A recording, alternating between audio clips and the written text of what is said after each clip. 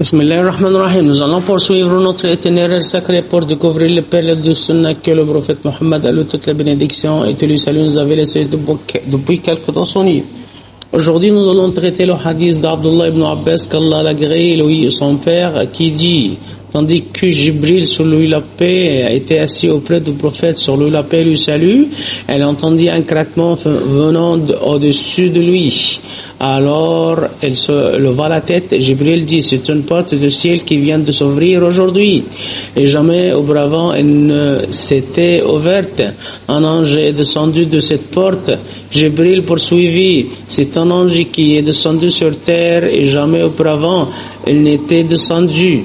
L'ange les salua, puis déclara, réjouis-toi de deux lumières qui t'ont été données, aucun autre prophète n'a reçu avant toi.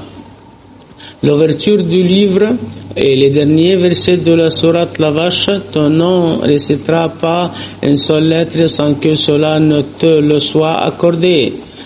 L'explication du hadith. Abdullah ibn Abbas, qu'Allah l'agrée, lui et son père, a dit, tandis que Jibril, sur lui la paix, était assis auprès du prophète, sur lui la paix, le salut, elle a entendu un craquement, c'est-à-dire un bruit fort comme le bruit du bois et du sol qui se brise, venant au-dessus de lui, c'est-à-dire en direction du ciel au-dessus de sa tête.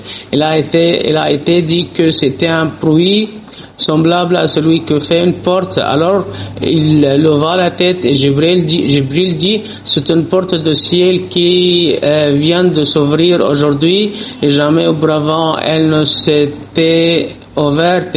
Jibril poursuivit, c'est un ange qui est descendu sur terre et jamais auparavant il n'était descendu. C'est-à-dire cet ange, l'ange les salua, puis déclara, réjouis-toi de deux lumières, et les appela ainsi car chacune d'entre elles est une lumière entre les mains de celui qui les possède, ou bien parce qu'elle guide vers le chemin droit lorsqu'on les analyse bien et qu'on réfléchit sur leur signification.